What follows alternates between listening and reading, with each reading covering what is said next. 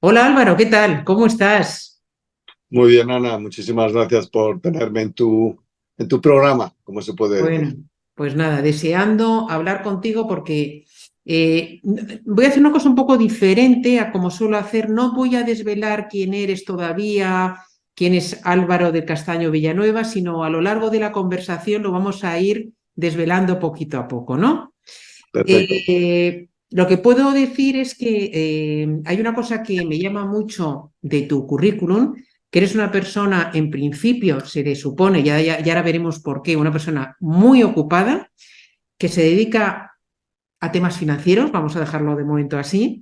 Estás dentro del campo de las finanzas y ya llevas tres libros escritos, tres no libritos, o sea, novelas, un poemario y ahora has sacado recientemente, que has editado con nosotros, con editatulibro.net, tu cuarta novela que se llama Monkey Business.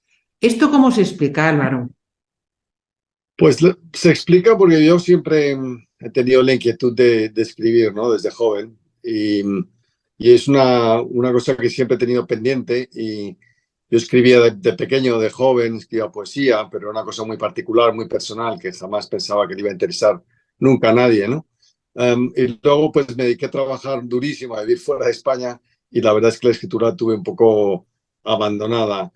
Pero volví a la escritura otra vez a título personal, y lo que me di cuenta es que la escritura tenía un valor terapéutico muy fuerte. Cuando uno tiene muchísimo trabajo, tiene muchos problemas, está muy estresado, el tener la suerte de poder acceder a un mundo paralelo en el que tú actúas como amo y señor, pues te permitía en gran medida limpiar tus problemas y sacarlos adelante. Y te voy a decir un ejemplo muy concreto, que soy siempre muy transparente al respecto. A mí se murió mi hijo pequeño, ¿no? El cuarto, y Vaya. entonces pues decidí escribir, bueno, entonces me metí en la vorágine de escribir un libro que en principio iba a ser un libro un poco más oscuro y tal, y luego acabó siendo mi primera novela, ¿no? Que fue una novela, un thriller muy entretenido, nada oscuro, muy divertido y demás, y por lo tanto a mí me sirvió ese libro para curarme un poco en parte de ese tema. Y luego siempre para pensar he tenido que escribir. Hay gente que para pensar habla, otros que para pensar reflexionan, y yo tengo que reflexionar y escribir, y es como me entiendo a mí mismo.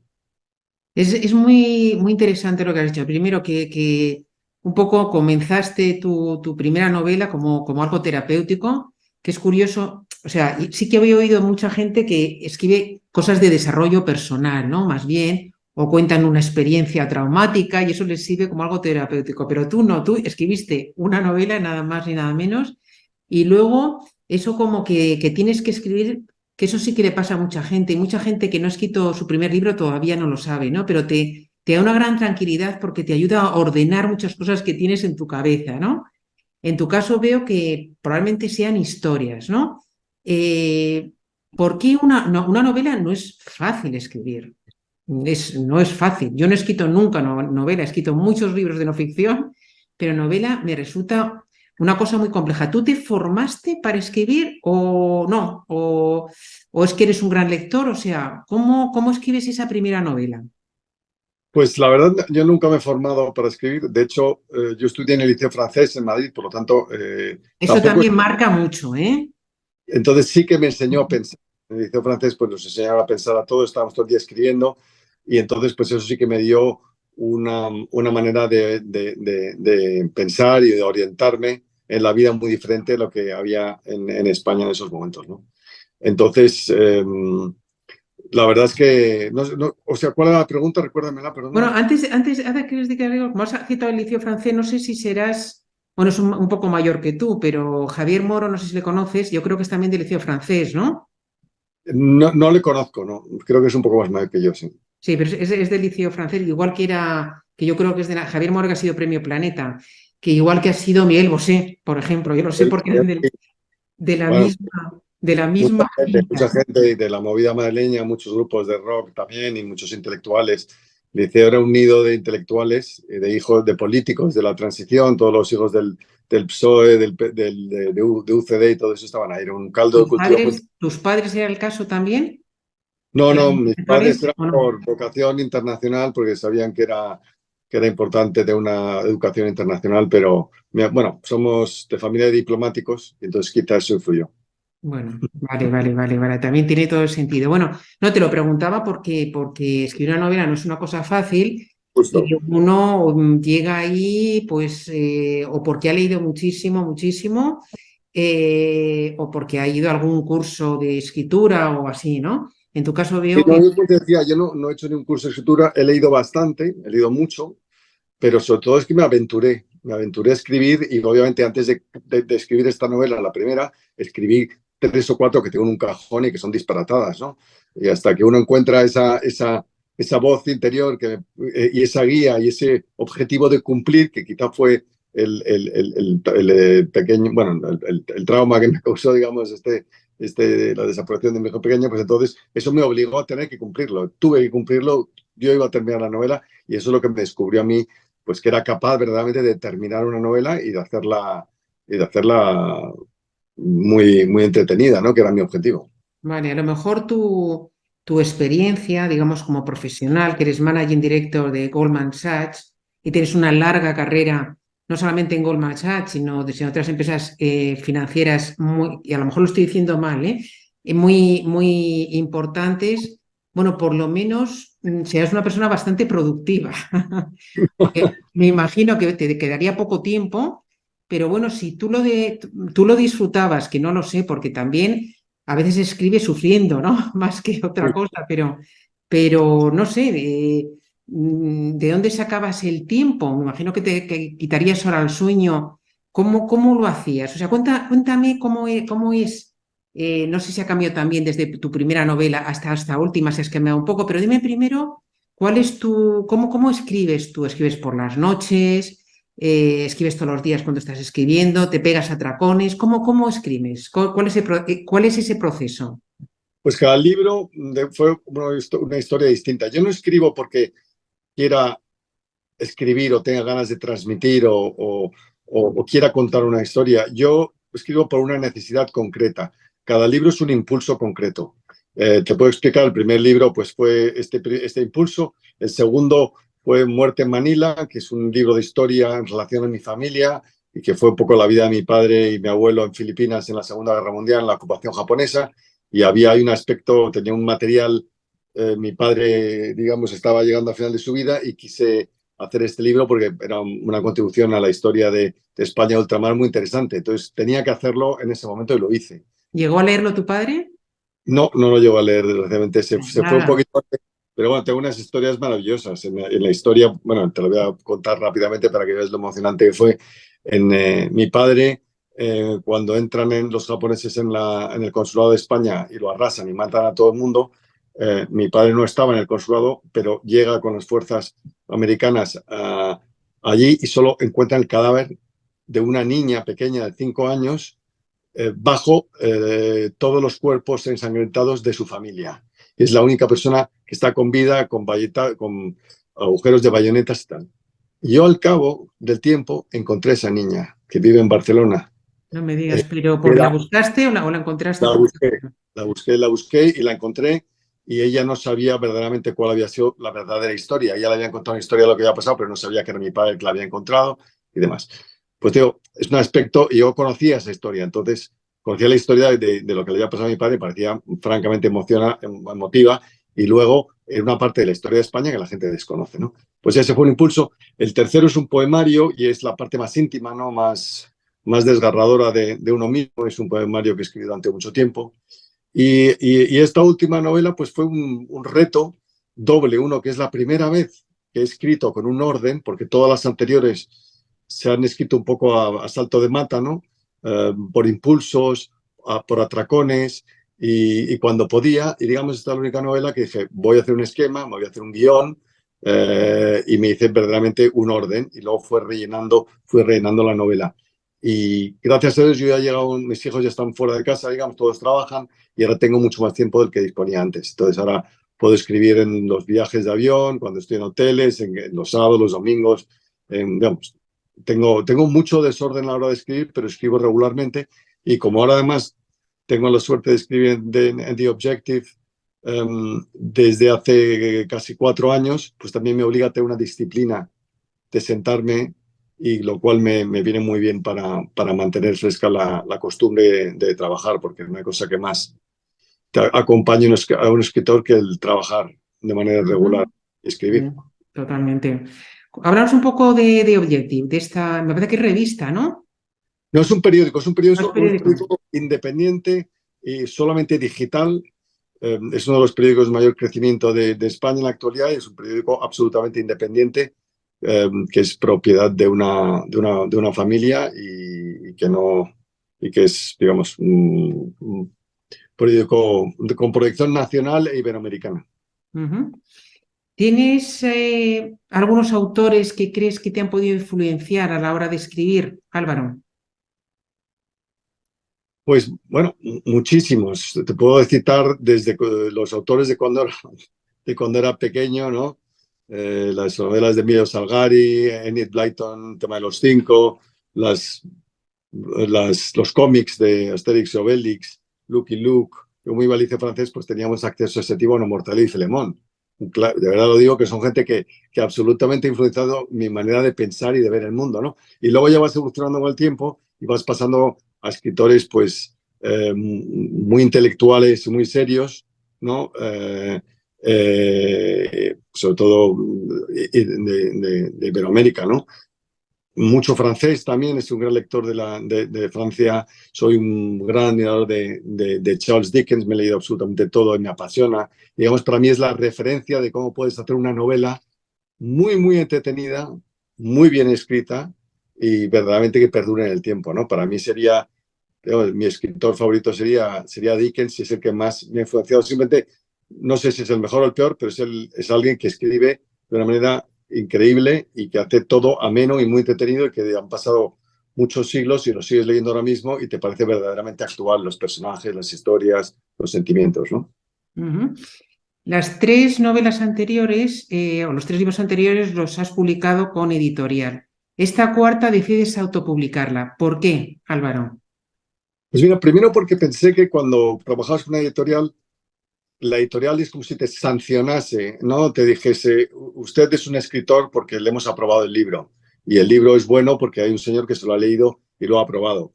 Entonces yo creo que cuando tienes todavía cierta inseguridad como escritor, pues te puede parecer que eso es muy importante y por eso siempre recurrí a ese mecanismo. Además, por cierto, es complicadísimo que se lea alguien tu novela y más que te la publiquen. Y te pasas un infierno de mandar copias a millones de sitios y te contesta muy poca gente. Yo tuve la suerte de que mi primera novela me la publicaron el primer editor que se la leyó gracias a un amigo que es Mario Alonso Puig, que es un famoso conferenciante, que se la leyó y se la mandó a su editor y dijo, mira, tienes que publicar esto que me ha encantado. Entonces así empecé con los editores.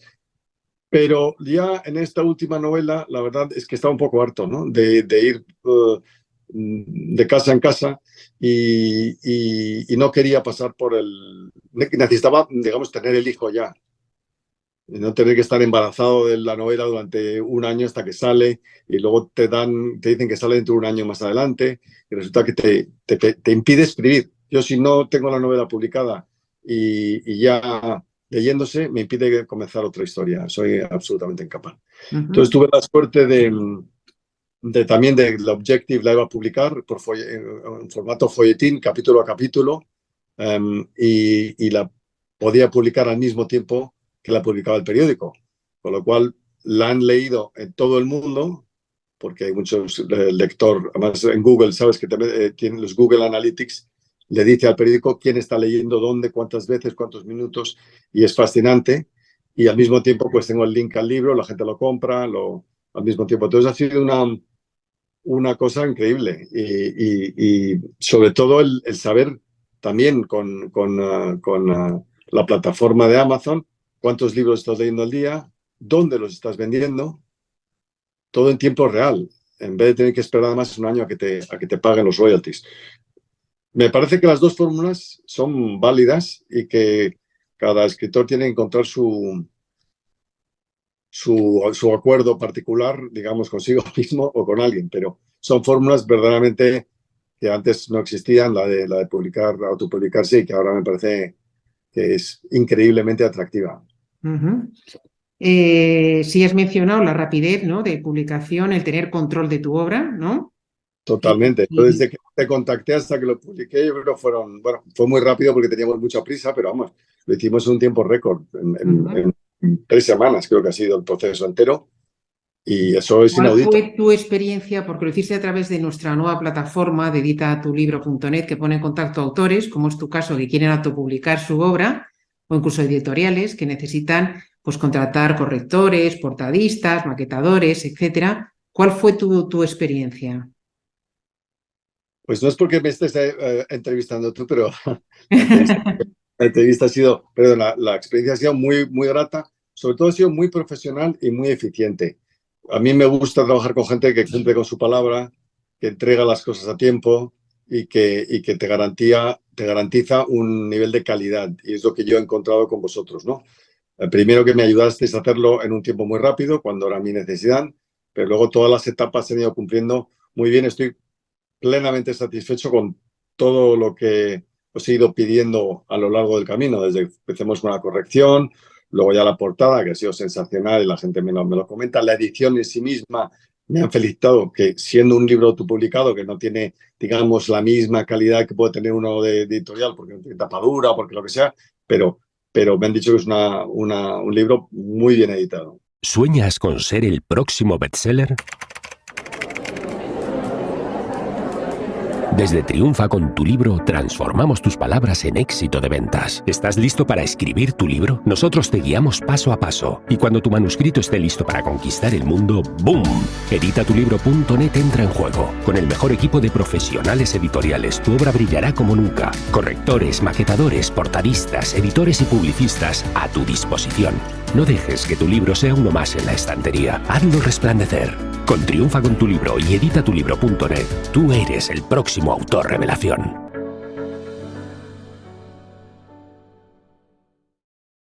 Mm.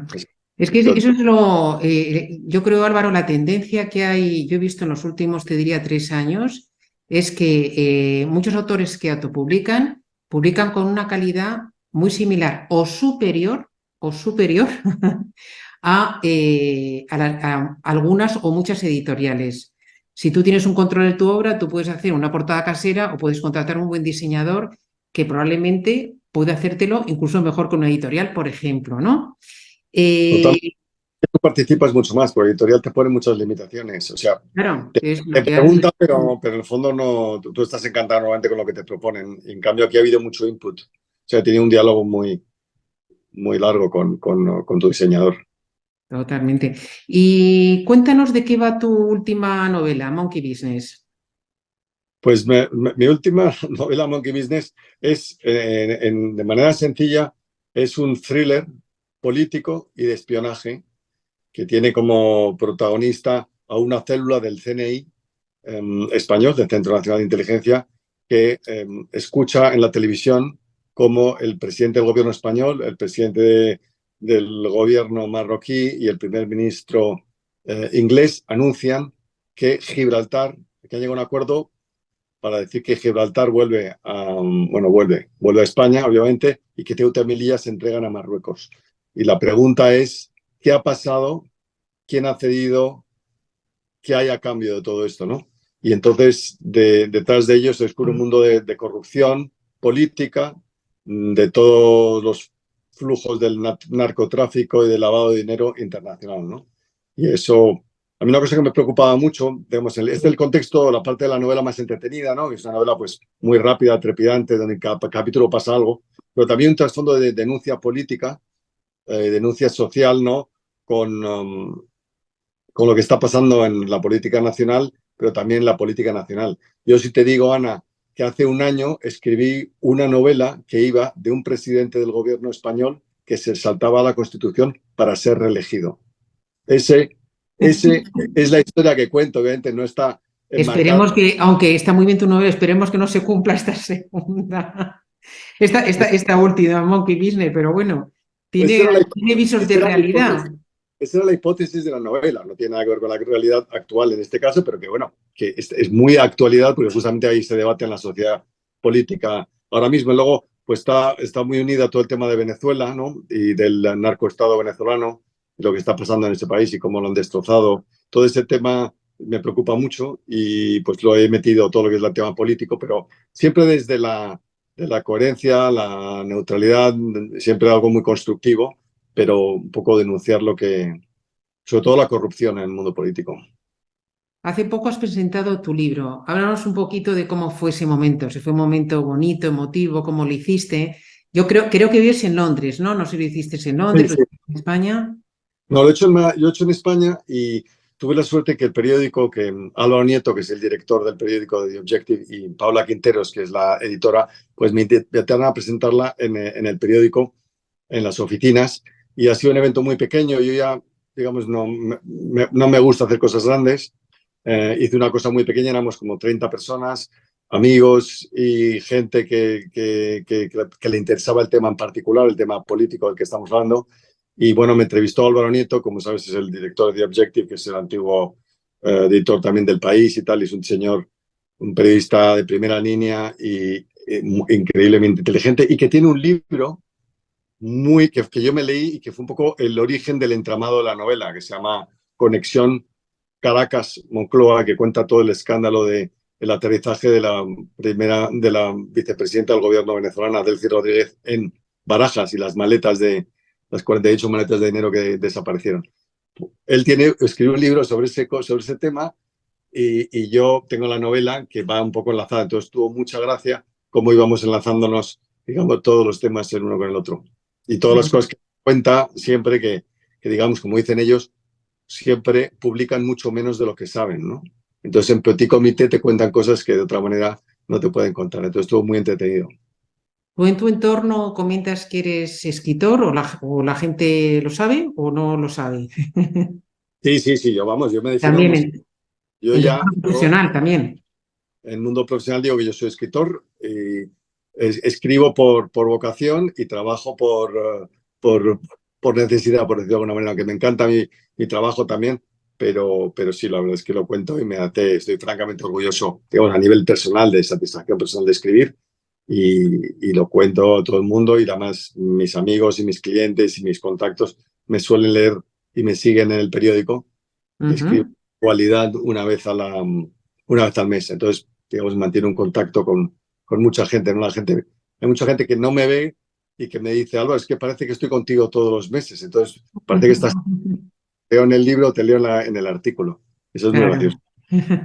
Bueno, no estoy segura que eres seguidor de uno de mis podcasts favoritos, de los podcasts más escuchados aquí, sobre todo en España, pero yo creo que en el mundo hispano también, que es Memorias de un tambor. ¿Es así?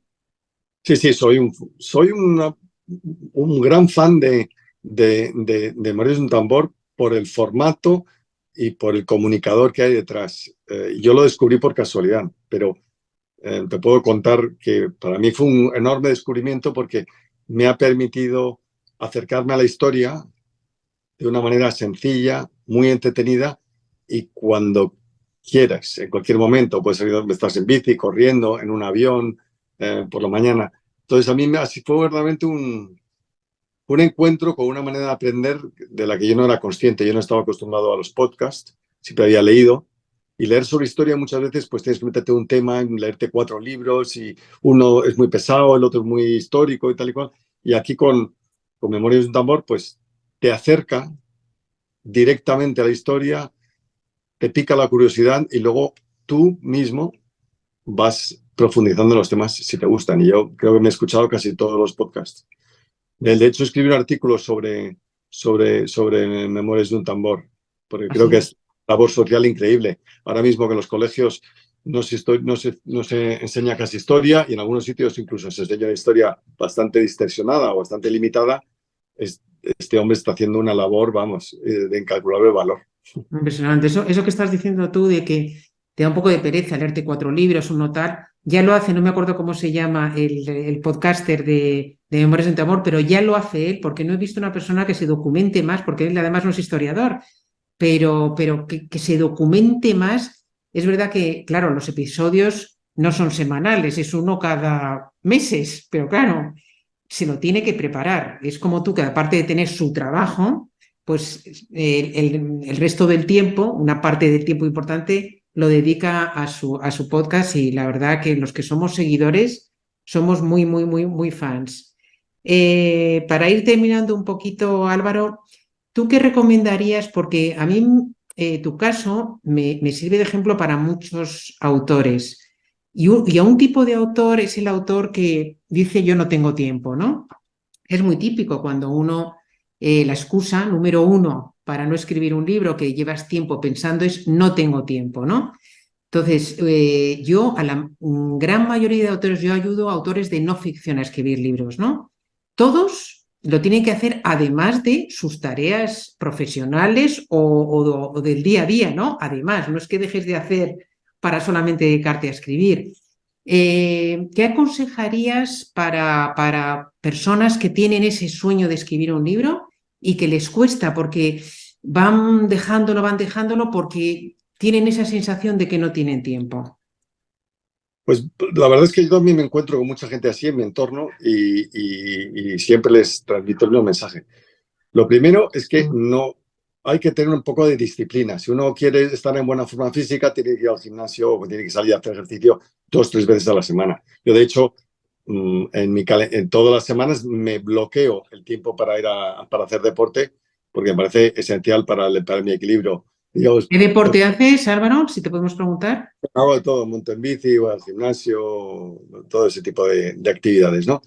Eh, pero también hay que hacerlo para escribir. Si uno, sobre todo si está empezando, tiene que escribir por lo menos 2 o 3 veces a la semana o 2 veces a la semana. Y todo el mundo sacamos 1 hora los sábados por la tarde o los domingos por la mañana. Eso no exige ningún esfuerzo y ningún sacrificio. Entonces, si uno se obliga a escribir 2 o 3 veces a la semana y sin ninguna presión, no tienes que hacer una novela de 400 páginas que sea una obra maestra, sino tienes que empezar a escribir una historia y de manera disciplinada llegar hasta el final. O sea, hay que intentar no quedarse a medias, porque al final uno, si se queda a medias de una historia, se queda muy frustrado. Hay que terminarlo aunque sea malo, el libro. Es decir, aunque te parezca malo, termínalo, porque eso te enseñará en el próximo libro a buscar un desenlace pues, mucho mejor, más rápido, y luego buscar ayuda. O sea, ¿por qué no ir a escuelas de cómo escribir, que te enseñen porque esto tiene una metodología que está inventadísima.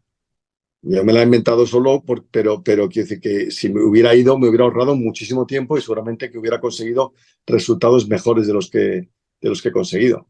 Uh-huh. ¿Vas a escribir una quinta novela? Seguro que la voy a escribir. Todavía no te puedo decir de qué, porque como te digo, viene de impulsos vitales, ¿no? De necesidades de contar una cosa en específica, pero ahora no tengo ahora mismo ni idea de cuál será la quinta novela, pero te aseguro que aquí a un par de años existirá, porque la primera salió en 2011 y llevo 4, que no está mal, en 12 años. Por lo tanto, calculo que dentro de 2 años estarás entrevistándome otra vez. Ojalá, ojalá. Álvaro, ¿cuál es tu libro favorito? Pues si tuviera que elegir uno, que hay muchos, te puedo elegir uno de Dickens, pero como ya lo he citado, sería La peste de Camus. Es un libro que tuvimos, que leí en el colegio Sí, y es que muy luego de colegio, sí. lo he leído varias veces y que luego ha sido de actualidad brutal con la pandemia, ¿no? Toda la historia de la peste, de cómo hay que gestionar esa situación en Algeria y tal, pues es uno de mis libros favoritos, ¿no? Uh-huh. Como pensador y como personaje, es un personaje apasionante. ¿Y a qué persona me recomendarías entrevistar para este podcast, este canal en YouTube? Pues yo te recomendaría entrevistar a Mario Alonso Puig. Ya sé que es difícil, Hombre, ya, pero pues, hombre, si me pones en contacto con él, yo te lo agradecería un montón. yo lo hablo con él porque es una persona, aparte de interesantísima, un enorme comunicador, un gran pensador y sobre todo es una magnífica persona, una persona que transmite tranquilidad, seguridad y puede hablarte de cualquier cosa. Yo es una persona, por ejemplo, con la que he contrastado muchas cosas en mi vida porque me da una enorme tranquilidad.